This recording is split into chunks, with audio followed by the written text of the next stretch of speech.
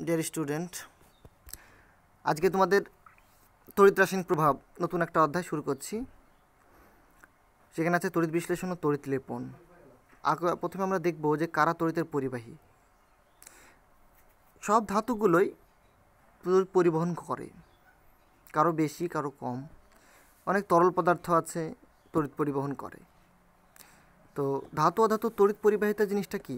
এটা একটা ধর্ম। কি এই ধর্মের ফলে মানে যেসব ধাতু অধাতুগুলো সহজেই তড়িৎ পরিবহন ধর্ম দেখায় তাদেরকে বলা হয় ধাতুর, ওই ধাতু বা অধাতুর তড়িৎ পরিবাহিতা। তো আমরা একটা টেস্টার বা বর্তনী পরীক্ষক, টেস্টার কী জিনিস তোমরা অনেকেই দেখেছো, বাড়িতে আছে। কিন্তু একটা সাধারণ টেস্টার যেটা ক্লাস 7 তোমরা তৈরি করেছিলে, দেখতে পাচ্ছ তার ছবিটা এখানে আছে। একটা ব্যাটারি দিয়ে দুই প্রান্তে দুটো তার দিয়ে একটা বাল্ব যুক্ত থাকবে, আর এখানে একটা চাবি থাকবে। এই চাবিতে টাচ করালেই, এই চাবিটা যুক্ত করে ফেললেই, বা একটা সুইচ মনে করতে পারো, বা একটা এখানে এখানে এখানে এই চাবিটা করা হয়েছে এই কারণে যে কোনো কিছু বস্তু তুমি যদি ঠেকাও, কোনো বস্তু যদি তুমি ঠেকাও, এই দুটো তারকে যখন সে যুক্ত করবে, দুই দিককার তারকে, এই দুই দিককার তারকে যখন যুক্ত করবে তখন আমার এই বাল্বটা জ্বলবে। মানে এই দিককার তার এই দিককার তারটা কোনো বস্তু এখানে যখন টাচ করাবো, এখানে যখন টাচ করাবো তখন এই দুটো কানেকশন পাবে, যার ফলে বাল্বটা জ্বলবে। এবার সব পদার্থই কি জ্বলবে ঠেকালে? না। কোনগুলো টাচ করালে বা কোনগুলো স্পর্শ করালে জ্বলবে?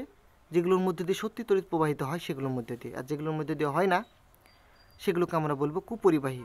আর যার মধ্যে দিয়ে তার তড়িৎ প্রবাহিত হবে সেগুলোকে বলবো আমরা সুপরিবাহী। দেখো এখানে কতগুলো উদাহরণ দেওয়া আছে। প্রথমে কাগজের টুকরো, টেস্টারের বাল্ব জ্বলছে না জ্বলছে না, এখানে জ্বলবে না, তাহলে এখানে তড়িৎ প্রবাহ হতে পারবে না, তাহলে এটা হলো কুপরিবাহী। পাথর বেইটের টুকরো, এটাও তাই, এটাও কুপরিবাহী। কাঠের টুকরো, এটাও তাই। রাবার ইজেরার, এটাও তাই। একমাত্র লোহার পেরেক যেটাতে বাল্ব জ্বলবে, এগুলো জ্বলবে না, কিন্তু লোহার পেরেক একমাত্র জ্বলবে। এগুলো সব কুপরিবাহী। বোঝা গেল? একমাত্র লোহার পেরেক যেটার মধ্যে দিয়ে যেতে পারবে এবং এটা সুপরিবাহী। একমাত্র লোহার পেরেক যেটা, সেটার মধ্যে দিয়ে তড়িৎ প্রবাহিত হতে পারবে, এটার মধ্যে দিয়ে ইলেকট্রন যেতে পারবে, আর এটা হলো কন্ডাক্টর বা সুপরিবাহী। এটা হলো সুপরিবাহী।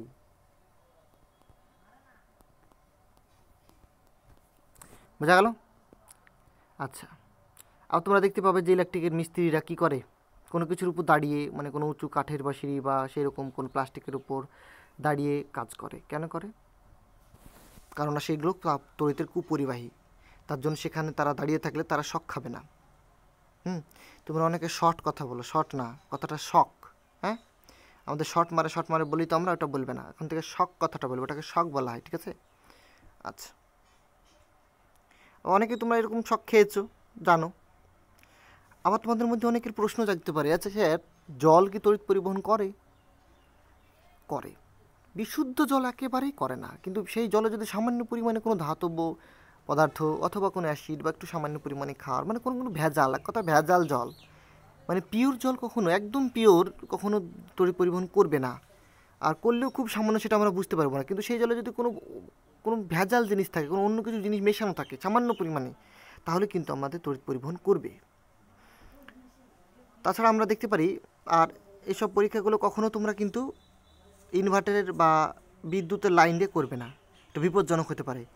কেননা আমরা যেসব পরীক্ষাগুলো করছি খুব অল্প মানের ভোল্টেজ থাকে, সেখানে অল্প মানের কারেন্ট থাকে, তা সেগুলো দিয়ে আমরা পরীক্ষা নিরীক্ষা করি, সেগুলো আমরা শক খাবো না। একটা ব্যাটারিতে কত ভোল্ট থাকতে পারে? ছয় ভোল্ট থাকতে পারে, বা 4 ভোল্ট থাকতে পারে, এইরকম কিছু। আচ্ছা, এবার আমরা তরলের ব্যাপারে দেখব যে তরল, কোন কোন তরলগুলো তড়িৎ পরিবহন করে, কোনগুলো করে না। আচ্ছা, তরলের পরিবহন করার ক্ষেত্রে যেসব তরল পদার্থ পরিবহন করে তাতে তড়িৎ, সেগুলো কী হবে? খুব কম হবে।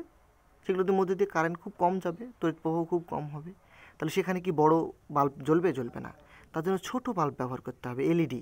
যেমন তোমার টর্চের মধ্যে যেসব ছোটো ছোটো বাল্বগুলো থাকে, সেগুলো করলে সেগুলো জ্বলবে। মানে অল্প কারেন্ট গেলে তো অল্প পাওয়ারের বাল্ব দরকার আছে, বেশি পাওয়ারের বাল্ব তো জ্বলবে না, তাই না? তাহলে সেই রকম বাল্ব ব্যবহার করতে হবে আমাদেরকে।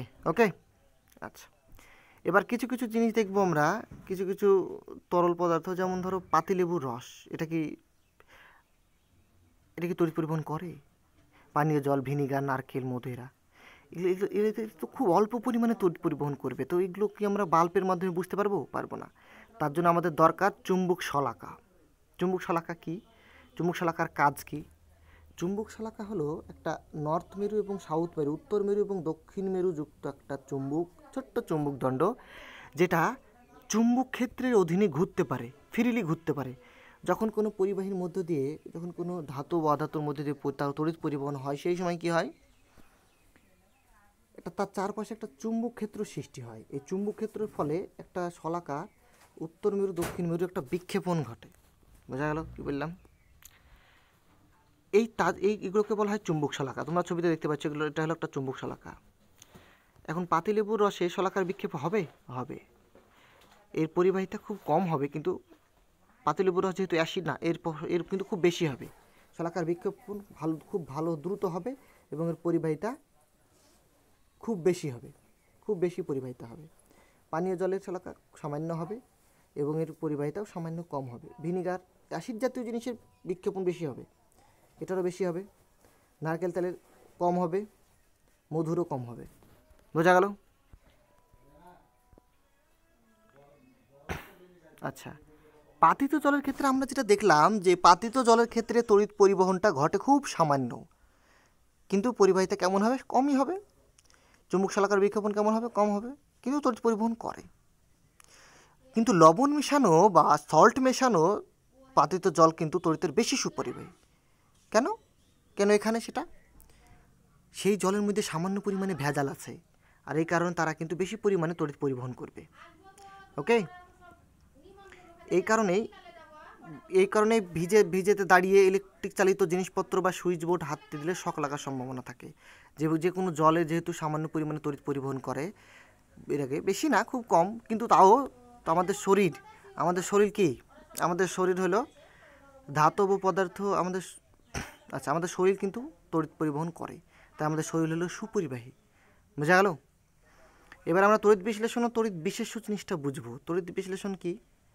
এর আগে আমরা জেনেছি যে জলের মধ্যে সালফিউরিক অ্যাসিড যদি মিশাও, তাহলে জলে কিন্তু বিশ্লিষ্ট হাইড্রোজেন ও অক্সিজেন গ্যাস উৎপন্ন করে। গলিত সোডিয়ামের মধ্যে দিয়ে বিদ্যুৎ পাঠানো যায়।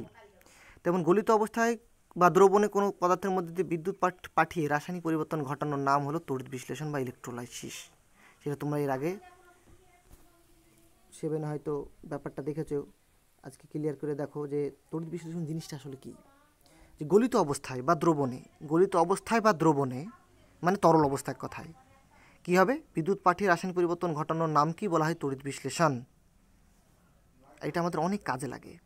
কী কাজে লাগে তার একটা জিনিস জানবো আমরা, যে তড়িৎ বিশ্লেষণের ক্ষেত্রে আসলে কিসের চলাচল দরকার। বিদ্যুৎ মানেই আমার দরকার প্রথমে তো প্রবাহ মাত্রা বা বিদ্যুতের জন্য, বা কারেন্ট বা বিদ্যুৎ একই জিনিস। তো এই বিদ্যুতের জন্য প্রথমে আমাদের কি জানতে হবে যে বিদ্যুৎ মানে কি? বিদ্যুৎ মানে হলো কোনো আধানের চলন। কিসের? ইলেকট্রনের চলাচল। কিন্তু এই তড়িৎ বিশ্লেষণের ক্ষেত্রে এরকম কোনো ইলেকট্রনের কোনো প্রভাব নাই, কোনো আধানের প্রভাব নেই। সেখানে কিসের প্রভাব আছে? সেখানে আয়ন। কী আয়ন?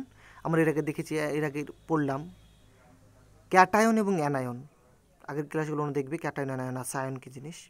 ক্যাটায়ন কোনগুলো? যেমন সোডিয়াম ক্লোরাইড ভেঙে গেল, যে sodium plus chloride minus, chlorine minus হলো, সোডিয়ামটাকে ক্যাটায়ন আর ক্লোরিনটাকে অ্যানায়ন বলবো আমরা, তাই তো? আচ্ছা, এবার দেখবো আমরা যে তড়িৎ বিশ্লেষ্য জিনিসটা কি। তড়িৎ বিশ্লেষ্য হলো কোনো যৌগ বা যে কোনো যৌগ যারা দ্রবীভূত অবস্থায় তড়িৎ পরিবহনে সক্ষম, তারাই হলো তড়িৎ বিশ্লেষ্য বা ইলেকট্রোলাইট। যেমন সোডিয়াম ক্লোরাইড যদি দ্রবণে তড়িৎ বিশ্লেষণ পরিবহন করে।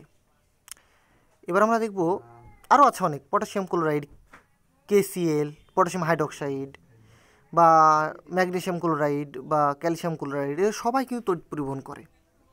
এরা লবণ, গলিত লবণ, এগুলো সব ঠিক আছে। এবার দেখব তীব্র তড়িৎ বিশ্লেষ্য জিনিসটা কি। তীব্র তড়িৎ বিশ্লেষ্য মানে যারা পুরোটাই ভেঙে যাবে, আয়নে পুরোটা ভেঙে যাবে। Sodium chloride, potassium hydroxide, H2SO4, copper sulphate, এরা হলো তীব্র তড়িৎ বিশ্লেষ্য। বোঝা গেল? তেমন মৃদু তড়িৎ বিশ্লেষ্য কারা? যারা আয়নিত অবস্থায় মানে জলীয় দ্রবণে যারা যখন দ্রবীভূত হবে তখন খুব কম মাত্রায় আয়ন উৎপন্ন করবে, তাদেরকে বলবো আমরা মৃদু তড়িৎ বিশ্লেষ্য। যেমন দেখো একটা অ্যাসিটিক অ্যাসিড, আরও আছে ফর্মিক অ্যাসিড, HCOOH, একটা হবে formic acid ammonium hydroxide NH4 OH ammonium hydroxide NH3 OH ammonium hydroxide, এরা সব হলো মৃদু তড়িৎ বিশ্লেষ্য। বোঝা গেল? তাহলে আজকে এই পর্যন্তই থাকলো, অন্য দিন সামনের দিন আবার নেক্সটটা পড়াবো। এটা ভালো করে পড়ো সবাই আর ভালোভাবে থাকো। ওকে।